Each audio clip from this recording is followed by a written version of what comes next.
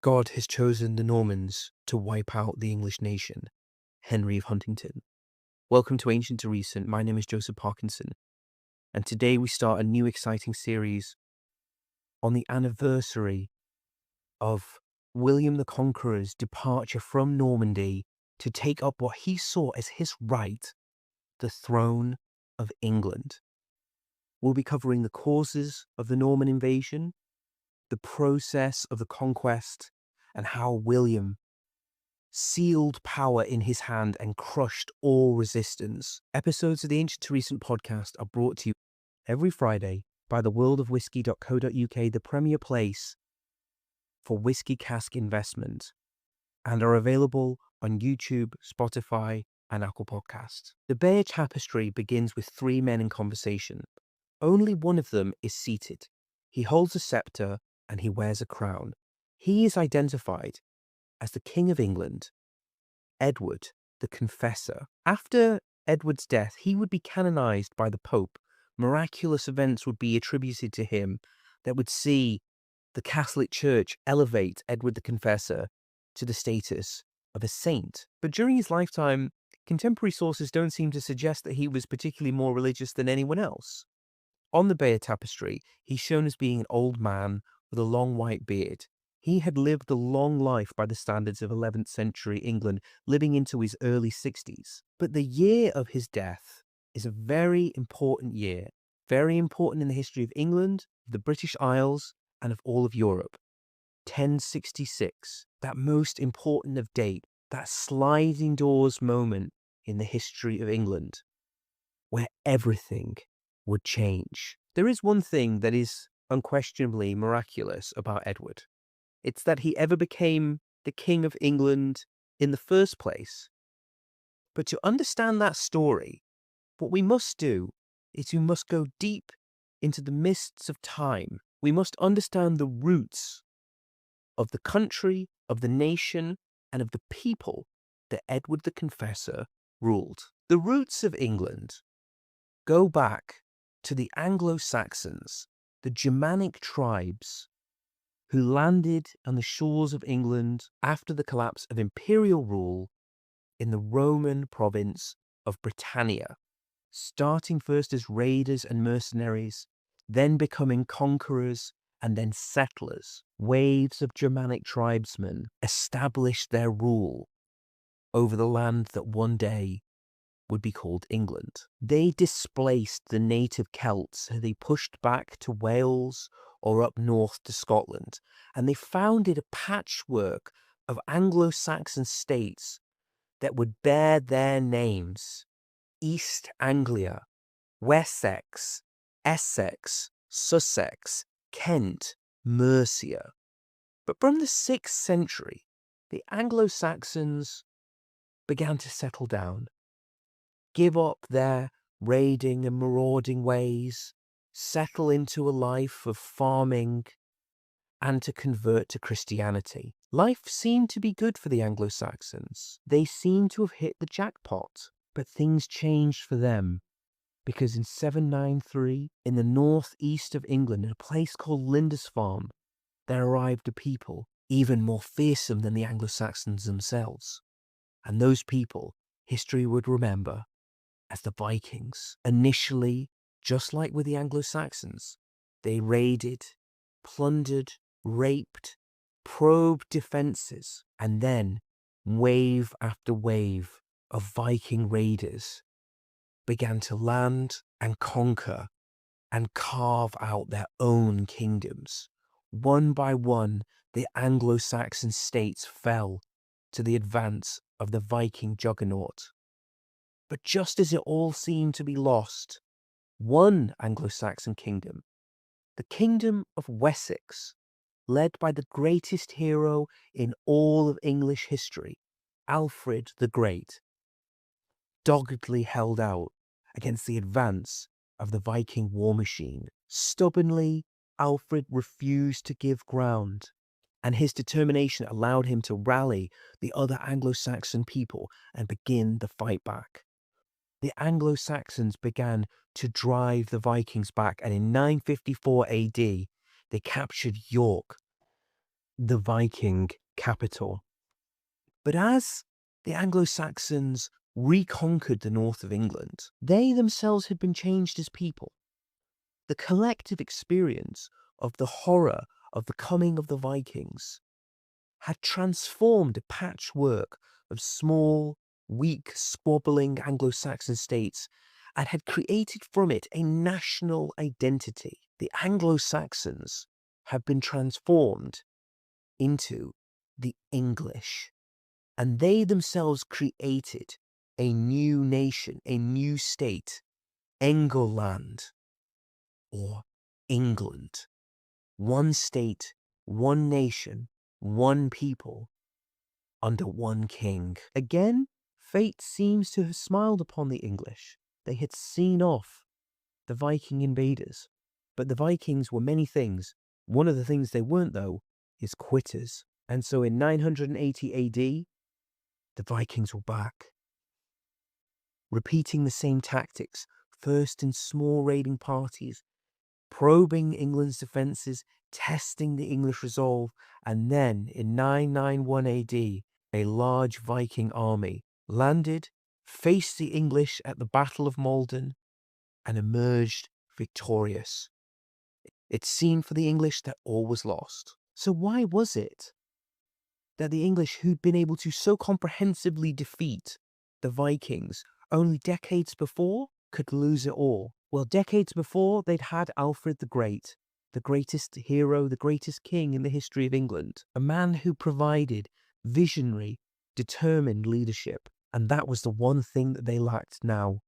Because now the King of England was Ethelred, or as history would remember him, Ethelred the Unready. Ethelred had put his trust in his advisors, many of whom were convinced that the Vikings were divine punishment for the sins of the English, sent by God to wreak God's revenge upon a decaying and immoral nation. And so, these advisors suggested a course of action of prayer, fasting, and giving alms to the church. And if that didn't work, they suggested another idea: pay the Vikings to go away. This became called paying the Danegeld, and anyone who's familiar with the famous Rudyard Kipling poem, once you've paid them the Danegeld, you never get rid of the Dane. This policy proved to be a disaster.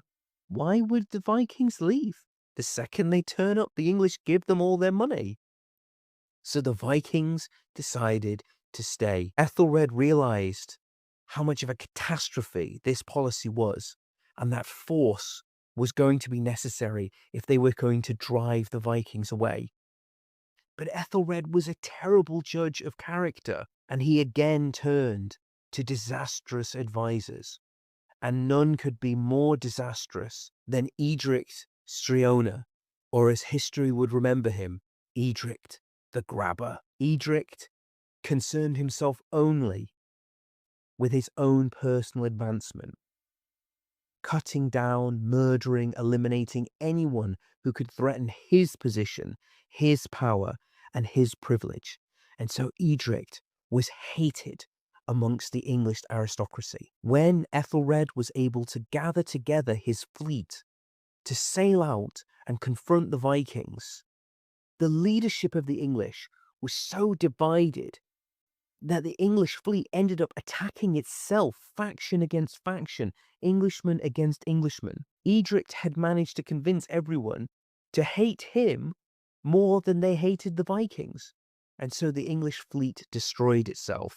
With no serious organized resistance, the Vikings were able to conquer, colonize, and lay waste to huge swathes of the land of England. In 1013, the King of Denmark himself, Svein Forkbeard, lands in Lincolnshire, conquering large swathes of England.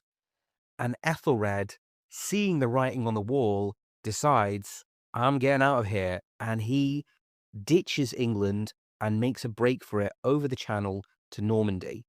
Now, Normandy might seem like kind of a strange place to go if you're trying to escape Vikings. because Normandy itself is a former Viking colony. The name Normandy even suggests it. Normandy as in Normans, as in Norsemen. But by the early 11th century, the Normans had shed much of their Viking baggage, had started to speak French, and had converted to Christianity. Now, Ethelred had been wary of Normandy and its Viking links, and he tried everything he possibly could to discourage the Normans from participating in raids on England like their Viking cousins were doing. He had tried force. He had tried getting the Normans to sign a treaty in 991 AD. Neither had worked, but he had hit upon one idea that would have very long-lasting consequences. Marriage. And in 1002, Ethelred had agreed to marry the sister of the Duke of Normandy, Emma. The couple had 3 children, Edward, the future confessor, Alfred, and a daughter, Godgifu. So therefore, it actually kind of made some sense to seek refuge with people who are descendants of Vikings, if those are Vikings that you are actually related to, and therefore have an interest in restoring you to the throne. Just when it all seemed lost for Ethelred, he got a little bit of luck. King Swineforkbeard suddenly died. And this raises the question, who would be his successor? Now, the Viking army, they wanted Swine's teenage son, but the English aristocrats left back, who'd been abandoned by Ethelred, they agreed to allow him to return if he promised to ditch his bad advisors and start actually behaving himself. Ethelred returns to England, leads an English army into Lincolnshire, where they meet and defeat the Vikings. But with the Vikings now beaten again, Ethelred resorts to his bad old ways. It seems that he may just have had his fingers crossed behind his back when he promised that he'd behave himself this time, and he immediately begins hunting down and killing aristocrats who he felt hadn't backed him up in the way he felt he deserved to be. And his chief thug in doing this was Edric the Grabber. By 1013, England is in disarray yet again, and the new Viking king, King Canute, sees his opportunity. And so the Vikings, in 1015, they have their third crack at invading and conquering England. It's at this point that Ethelred, for the first time in his entire life, actually manages to do the right thing. He does something truly patriotic, truly selfless, truly in the interest of all of the people in whose name he rules. He dies, and he paves the way for someone maybe less unready, his son Edmund, to succeed him.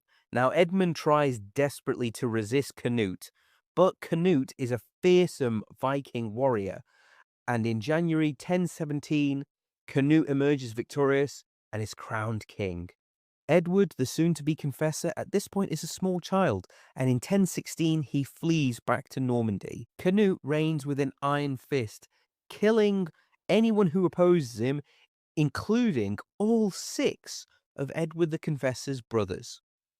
Edward the Confessor's mother marries Canute. This is a very standard move for the time, because by marrying the wife of the former king, you are able to then establish continuity with the previous regime whilst also wiping that previous regime out. And so you're therefore able to confer legitimacy upon the new regime. Now, sources are divided as to why Queen Emma did this. Did she do this reluctantly, or did she actually see this as being a worthwhile way of solidifying her own position of power?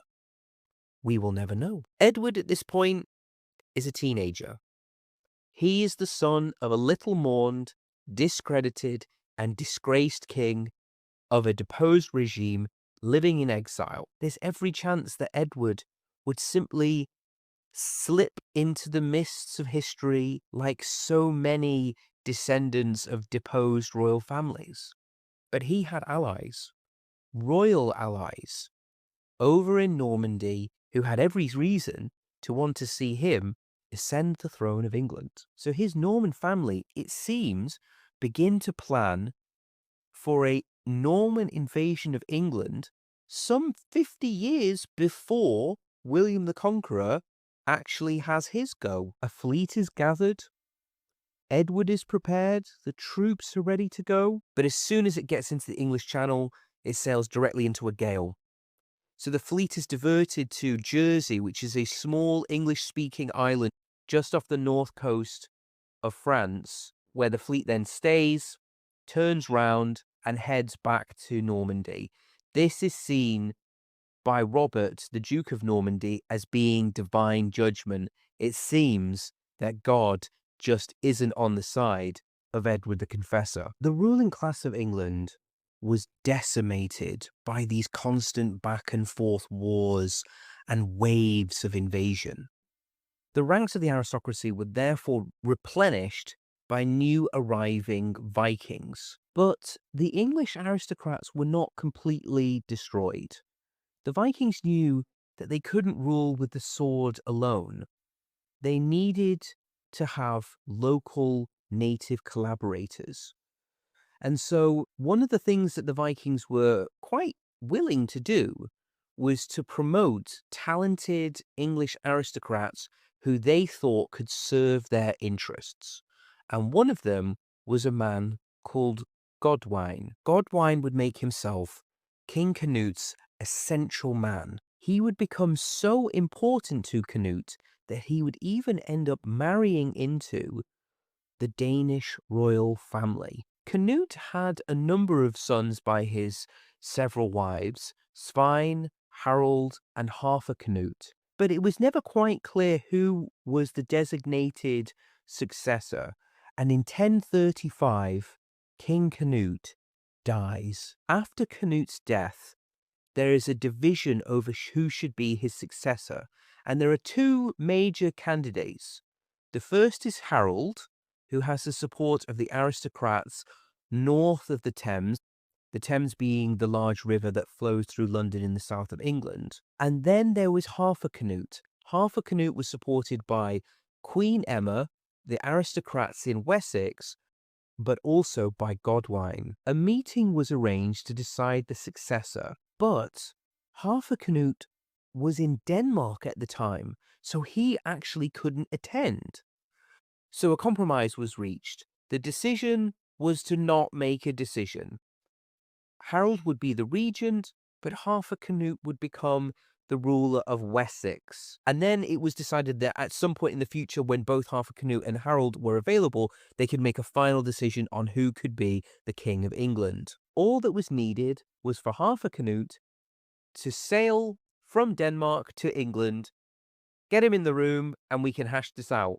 So the Vikings and their English aristocratic collaborators wait and wait and wait, but no Harthacnut. It seemed of all the candidates, nobody seriously considered Edward. But with Harthacnut, who Queen Emma had supported, nowhere to be seen, Emma needed a candidate for herself, someone who could protect her interests, someone who could make sure that she would stay close to power and always with the royal ear. So Edward is encouraged by Emma to gather troops, set sail from Normandy, and land on the south coast of England with a fleet of 40 ships. As soon as Edward lands, he is confronted with a large English army. Edward actually emerges victorious from the battle, but he realizes that this has already taken a tremendous toll on the troops available to him. And even if he's won the battle, he's probably not going to be able to win the war. So he decides to settle for a bit of a plunder and a bit of a rape, and then just to take his booty back to Normandy. Emma's other son, Alfred, he decides to now have a go. He crosses over from Normandy, lands in the south coast of England, but he doesn't bring with him a large army. He decides that he's going to try and play it subtly. He brings just a few supporters, and he makes contact with Godwin, believing that Godwin, being a supporter of Queen Emma, will be a supporter of his, and therefore just the man that he might need to take the throne of England. But Godwin never bet on a losing horse. He knew that the power in the land was the Vikings, And so Godwin has changed sides from Harthacnut and Queen Emma to Harold. Godwin has been a major beneficiary of Viking conquest, and I'm not necessarily sure that he really saw a restoration of the old royal family being particularly in his interests. So when Godwin meets up with Alfred, he appears to be friendly. He appears to be a loyal supporter of the one true king. But instead of taking Alfred to London to be placed on the throne, Godwin takes Alfred to his own encampment. And during the night after a feast, Godwin's men seize Alfred's entourage, kill them, take Alfred, blind him, and then dump him in a monastery where Alfred then dies of his wounds several months later. Godwin all along has been seeking to ingratiate himself with, to prove his worth to Harthacnut and his Viking masters. Queen Emma has seen the writing on the wall. Her first son made an attempt at invading, didn't work out. Second son ended up dying without any eyeballs in a monastery. That didn't work out. So she decides to flee, and she makes her way to Flanders. She asks Edward to come and visit her, but Edward, by this point, seemed to have had enough of the Game of Thrones, and he decides to just hang back in Normandy. But Harthacnut now is finally starting to make his move. He sails from Denmark to Flanders to meet Emma, from which point he can then plot his invasion to take on Harold and win back the throne of England. But just at that moment, fate intervenes. Word reaches Harthacnut and Emma that Harold has dropped dead. And so the succession crisis seems to have solved itself. Alfred's dead, Edward's disgraced, Harold's gone. The only show in town is Harthacnut. So the Vikings and the English aristocrats send word to Flanders and ask Harthacnut, please sail across the oceans, land in London, and become the King of England. You'd have thought that Harthacnut would be pretty happy here. You'd have thought the man's just won the jackpot. Dropping into his hands is one of the richest prizes, one of the juiciest fruits, one of the plum jobs of early medieval Europe. King of England, and he still gets to be King of Denmark and King of Norway at the same time. This is pretty sweet. But let's just say that Harthacnut, he's a glass half empty kind of guy. For him, all he sees amongst the Vikings and the English aristocrats are ungrateful, disloyal enemies. He knows that for many of them, he was their second choice. For some of them, maybe even third. But instead of trying to win them over, instead of letting sleeping dogs lie, instead of ingratiating himself with them, he decides that he's going to show them all that he should have been boss in the first place and that really it was his right and no one should have questioned him. So he takes his brother's corpse, digs it up out of Westminster Abbey, beheads it, and has it dumped in a marsh, and then he decides that everyone is just going to have to pay him a huge amount of money for the privilege of him ruling over them. So he jacks up the taxes 400% just to show everyone who's boss. Prices shoot up, ordinary people begin to go hungry, life gets immensely worse, but Harthacnut doesn't back down. Harthacnut doubles down. You don't like paying taxes? They're doubled.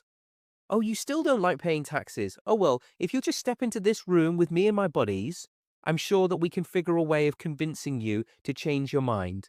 That's his approach to literally everything. So when some people object to the taxation, Harthacnut sends his troops into the countryside to forcibly collect taxes. At the city of Worcester, some of Harthacnut's men are confronted by an angry mob who chase them into the cathedral and kill them. So Harthacnut decides to go full Canute.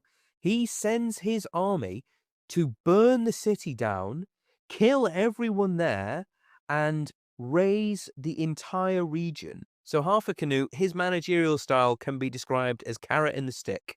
He's going to take a carrot and he's going to stick it up your ass. And if that doesn't work, he's always got more carrots. Fortunately, the people of the city of Worcester, they got word of the coming of the king's army and they fled. But Harthacnut's army still spends 4 days burning and pillaging a completely empty city. It seems to have eventually dawned on Harthacnut that maybe making every person in the country that he was running, from the lowest serf to the highest lord, absolutely hate his guts, might not have been the best way of running England. In the year 1041, Harthacnut decides to invite Edward, his half-brother, who he has almost certainly never met, to come to England to be his co-king. And I am sure that that was as much a surprise to Edward as it was to literally everyone else. Why did he do this?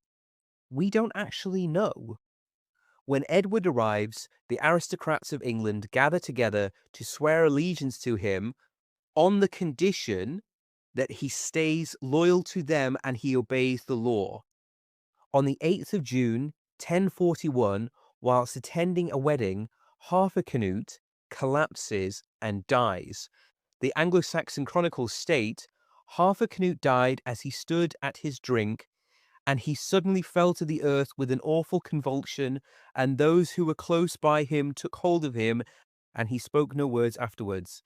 Anyone at this moment who's thinking about Joffrey, I don't think you're alone. Was he poisoned? Did he die of natural causes? We don't know. We do know he was quite a sickly person, but still, 1 minute he's fine, stood there at a wedding feast having a drink, the next minute he's on the floor. It's open to interpretation.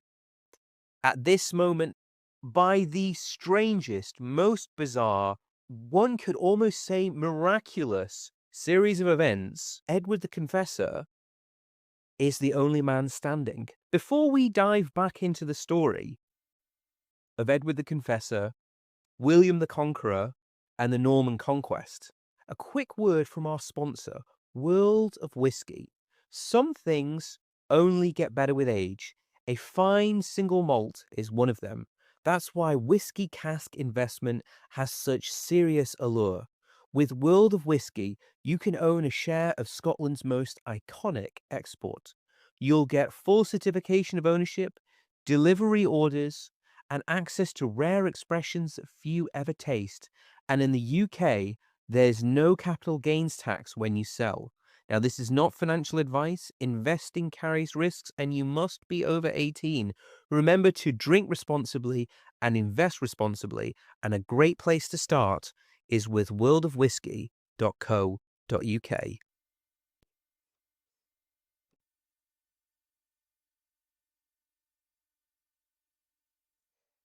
In Normandy, Duke Robert has set out for the Holy Land. Now, he seems to have a premonition that he wouldn't be making it back, and he actually does die in the city of Nicaea. He has not managed to find a suitable wife. He only has one son, a bastard boy called William, born to a peasant girl called Herlava, born on the 8th of November, 1028. When Duke Robert dies, William is very young, 7 or 8.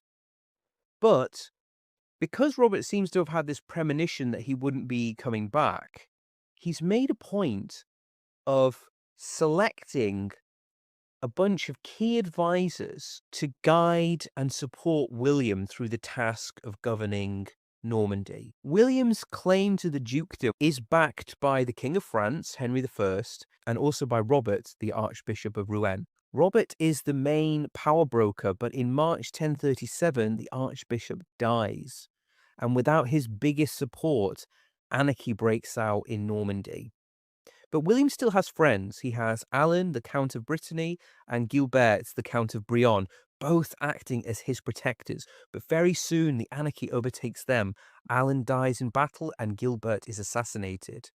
Another one of William's appointed advisors, Osbern, is actually murdered whilst William is asleep as a child in the room. Now, it doesn't seem that what was happening in Normandy was a direct attempt to overthrow William.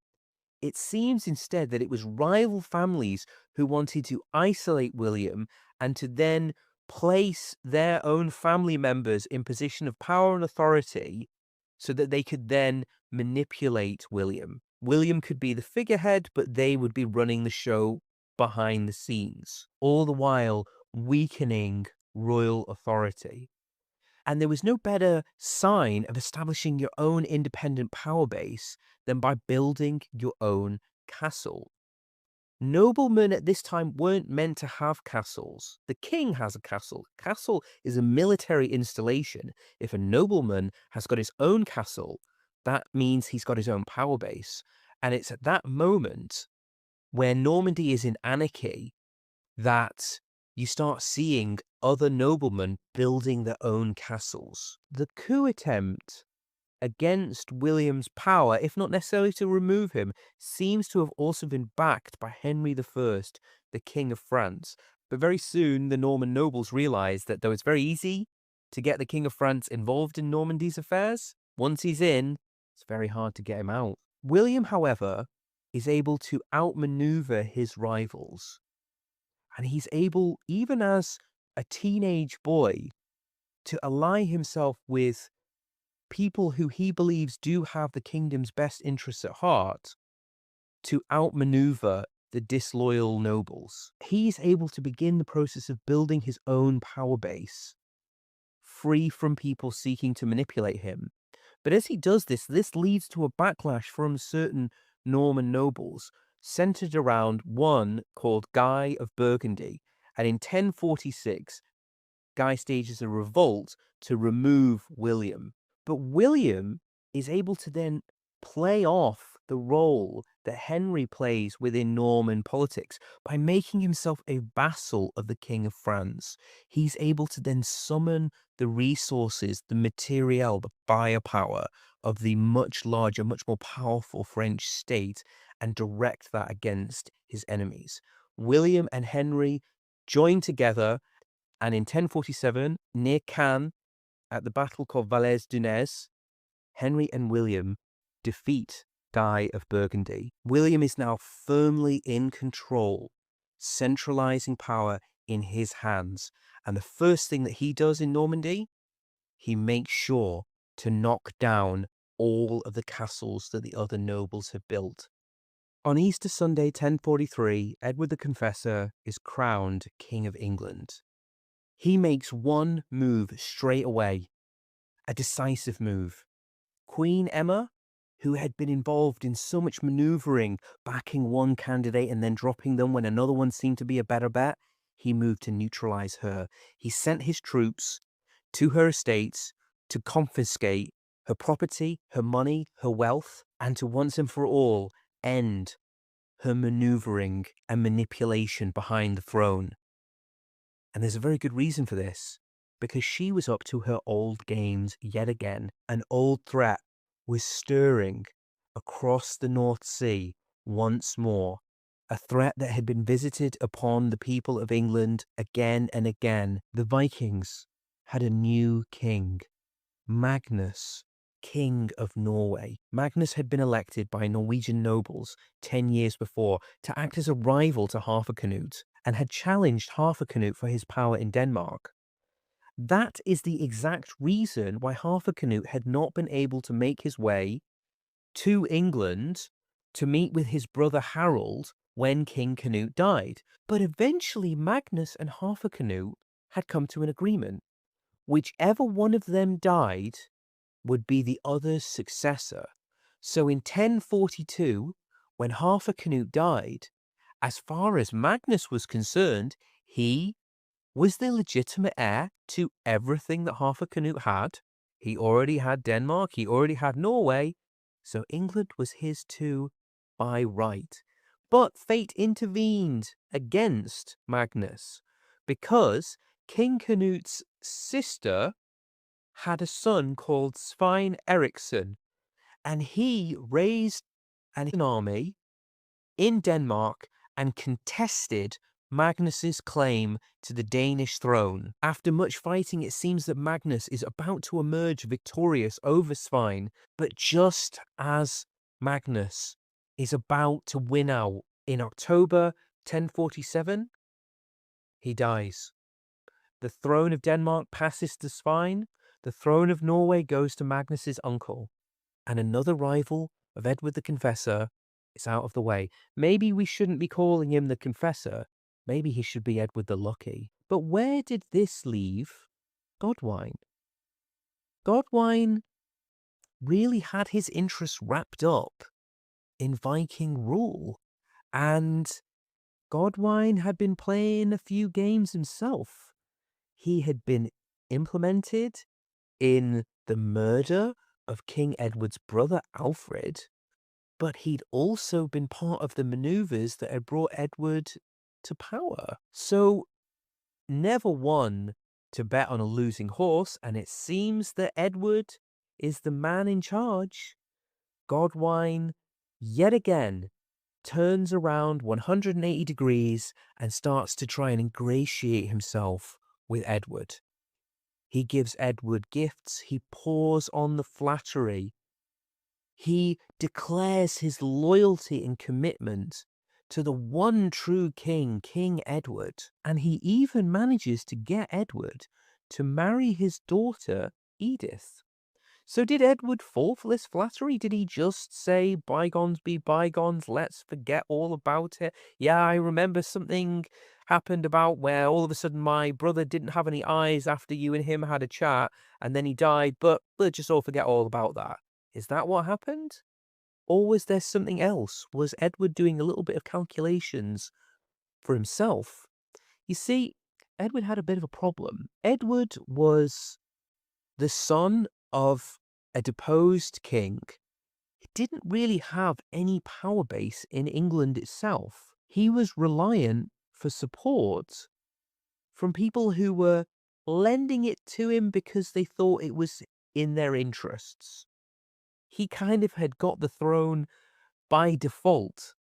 It's not that he was the best candidate, it's just all the other candidates were dead. So he needed some muscle. He needed some backing.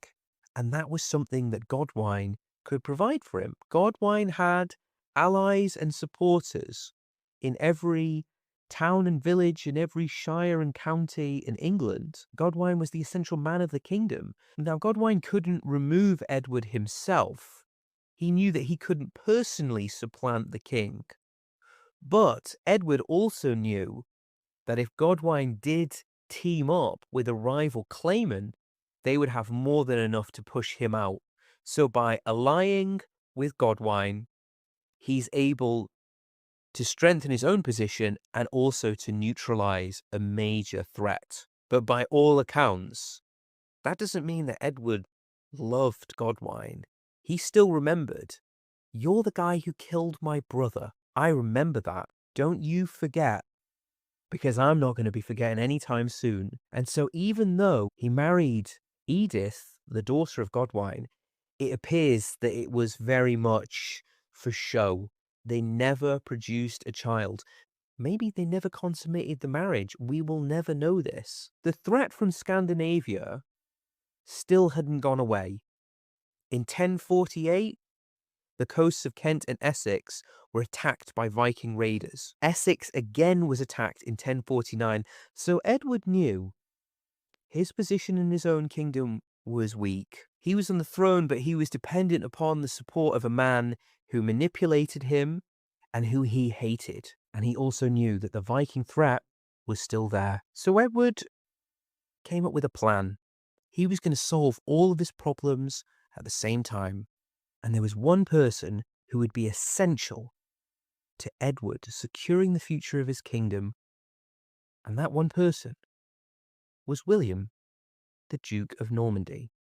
Now, in Normandy, William had been busy crushing his opposition. Guy of Burgundy had sealed himself up in his castle, and William had besieged him for 3 years until eventually, starved and emaciated, the castle surrendered, and William very generously sent him into exile. With his position in Normandy now secure, William could turn his attention to the one thing that obsessed every dynasty in Europe: succession. He needed to get married and he needed to have children. And it was decided that William would marry Matilda, the daughter of the Duke of Flanders. But there was a problem. There was opposition to this match. You see, Baldwin, the current Duke of Flanders, he was an enemy of Henry III, the then Holy Roman Emperor. And the cousin of Henry III was Pope Leo. And there's no way that the Emperor and the Pope are going to sign off on making one of their enemies even more powerful. But these are practical people. It's just business. Think Michael Corleone, think Don Vito, think Tony Soprano. And so with enough glad handing, maybe a few brown paper bags, who's to say what's inside them, with enough groveling and ring kissing, Baldwin is able to win over Pope Leo and Henry III, and they agree to allow Matilda and William to marry in 1050. But there's one place, however, that this news is not particularly welcome, and that is the court of King Edward the Confessor of England. See, Edward had good relations with William, their family. Less so with the royal family of Flanders. Flanders had given refuge to Edward's enemies and also was a reliable port for Viking pirate fleets raiding the south coast of England, as had happened in Kent and Essex only a few years beforehand, to drop off their booty, sell their slaves, and then sail merrily back to Scandinavia. So seeing a closer relationship with Normandy and Flanders wasn't something that necessarily made Edward the Confessor happy. In 1051, relationships between Edward and Godwin are reaching breaking point. Because Edward doesn't really have his own power base within England, he doesn't really have any temporal, secular power. Power rests with the aristocrats, with the nobles, with the earls, and the most powerful of them all is his hated enemy, Godwin. But there's one area where Edward actually does have influence, and that's appointments to senior positions within the church within England. Now, this is before the Reformation, so it's not the Church of England, it's still the Catholic Church, but Edward can still wield some influence. In 1050, the Archbishop of Canterbury dies. Godwin and church authorities decide to put forward one candidate, but Edward, because this is one of the very few places where he can actually wield influence, decides, over my dead body, I'm having my own guy in that position. And so he instead refuses to appoint their candidate, and he appoints Robert of Jumièges, a Norman bishop, to be the Archbishop of Canterbury. In March 1051, Robert Jumièges is appointed to the position, and Edward has another card up his sleeves. His relationship with Edith, the daughter of Godwin, hasn't produced any children. And so the question is starting to come up. Who's going to be the King of England when Edward dies? Edward announces that he wants his successor to be none other than William, Duke of Normandy. This infuriates Godwin, because Godwin is able to basically control the domestic affairs of England. But if William becomes the king, William's not an isolated figure like Edward is. William comes with his own power base. William's able to summon troops and cavalry and ships from his dukedom across the ocean in Normandy. William is his own man. William's a man of action. William's not someone that Godwin's going to be able to push around. Things come to a head in 1051 when Edward is visited by his brother-in-law, Eustace of Bologna. While Eustace is in England, he's in the town of Dover, and there seems to have been some sort of event, a scuffle, a confrontation.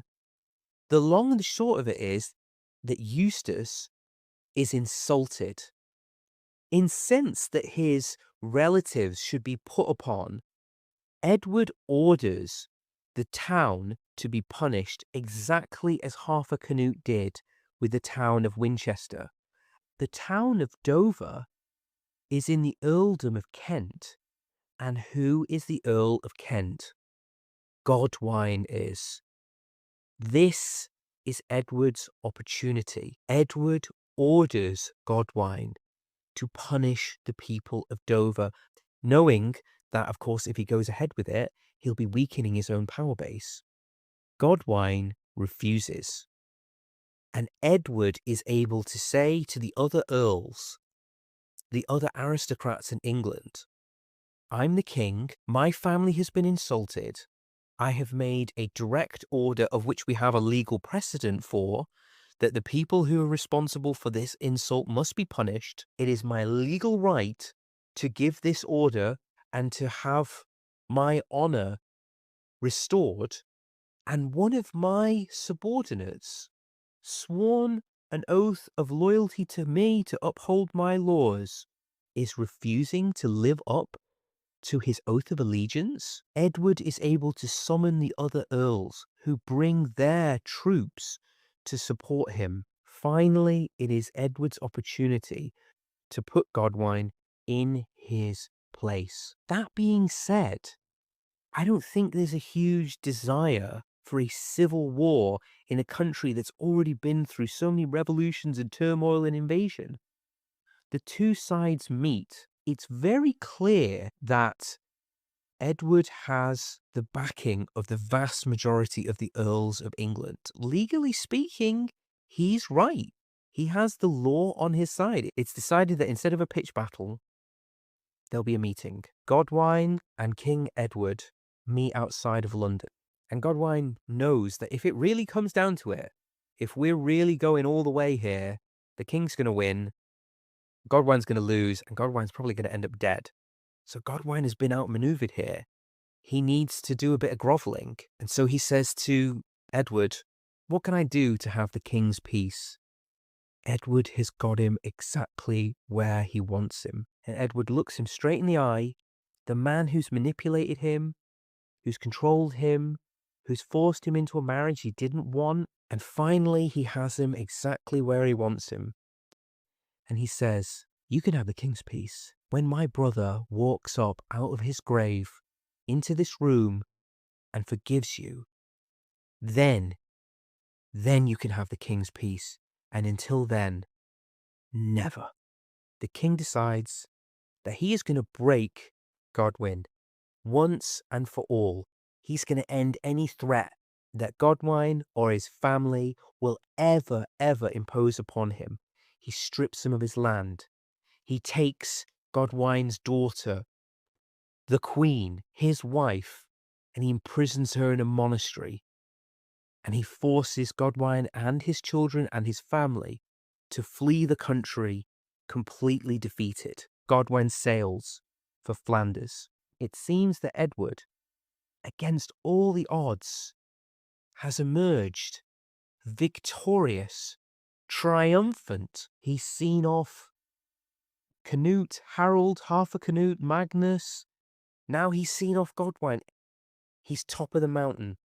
He's a real king, not simply a figurehead, not simply being controlled by someone he loathes. He's really in charge. And all he needed to do was to promise the throne to the person he wanted to be king, Duke William. Soon after Godwin's banishment, William comes to visit Edward. We'll never know exactly what they talked about, but I'd say we can probably guess what would be at the forefront of William's mind. Once upon a time, William, a bastard boy born to a peasant girl, was a child being manipulated in a tug of war for control of a small dukedom in the north of France. And soon enough, as soon as Edward the Confessor dies, he will be the king of a major European power. Edward knew that Godwin wasn't going to take this lying down. So, having confiscated Godwin's lands, he divvied them out. He started giving them as rewards and gifts to other lords and earls. He wanted to use these lands to create his own power base and to therefore seal his position of power and authority. At Edward's very moment of triumph, he makes a major mistake. In March 1051, Edward abolishes a tax called the Geld. And the Geld was a tax specifically for paying for England's mercenary professional navy. He does this in order to curry favor, but he also does this because this mercenary navy is comprised largely of people from Scandinavia. And another word for people from Scandinavia is Vikings. And if there's one group of people who are pretty unpopular in 11th century England, it is Vikings. These Vikings are considered politically unreliable. If a Viking king should ever try and invade England again, are they going to fight for Edward the Confessor, or are they going to switch sides? So he does it for two reasons: to curry popularity and get rid of a potential source of threat. But he does it at exactly the moment when Godwinson has been expelled to Flanders, and Godwinson immediately begins to plot to return to England. And if there's one thing that Edward could use to foil that plot, it's a professional navy. Godwinson begins to raise an army and begins to create a navy. And his plan is to sail up the Thames, land just short of London, and then march on London and force the king to restore Godwinson to his position of power and authority. But there's another major mistake that Edward has also made. This rivalry between Godwinson and Edward, it's a political rivalry that's largely contained within the halls of power of the English government. It doesn't really affect normal people in England. What is it that normal people, or even what is it that most aristocrats really care about? Low taxes, no Vikings. Okay, if I'm getting those two things and I've got enough to eat, I'm happy. I don't really care whether it's Godwinson who's really running the shots, or all this Machiavellian power politics behind the scenes. It doesn't really make any difference to whether the Vikings are turning up, and it doesn't really make any difference to whether I've got food on my table. So frankly, I couldn't care less. One thing that most English people could care less about, though, is the nationality of the next king. Edward the Confessor has just made a deal to hand the throne over to a foreign duke who's also married to a foreign countess, and they and their foreign children will be the English royal family from this point onwards. A lot of people in England, not so crazy about that. Now, Edward thinks to himself, not a big deal that I've got rid of the professional navy because I have my vassals. I have my aristocrats, my earls, and if I ever need troops, I can just ask them to raise them for me, because that's the way kings always did it in the Middle Ages. But as soon as Godwinson starts to make his move, as soon as he starts to sail up the south coast of England, the fact that Edward doesn't have a professional navy all of a sudden becomes a major problem. The naval forces he does have are not very well led, they're not very disciplined, and they're not very well trained. They're not able to prevent him from sailing along the south coast of England. And before Godwin gets to his destination, Edward's naval forces just disperse. And so Godwin lands just south of London. The king succeeds in scrambling together an army, and the two sides meet. This time, momentum is on the side of Godwin, and he is able to force the king to negotiate. Godwin names his terms. All lands are to be restored to his family. All Normans are to be dismissed from court. The Archbishop of Canterbury is to be removed from his position, and a new Anglo-Saxon archbishop is to replace him. And oh yeah, that treaty where William the Duke of Normandy is to be the successor, that is to be ripped up.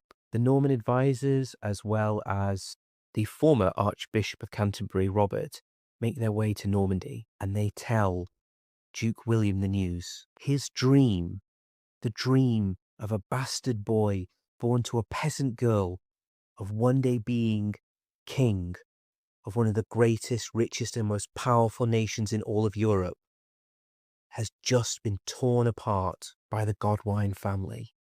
And that will be the subject of our next episode of the Ancient to Recent podcast series. Episodes of the Ancient to Recent podcast are brought to you by worldofwhiskey.co.uk, the #1 place for whiskey cask investment. Episodes are out every Friday and are available on YouTube, Spotify, or Apple Podcasts.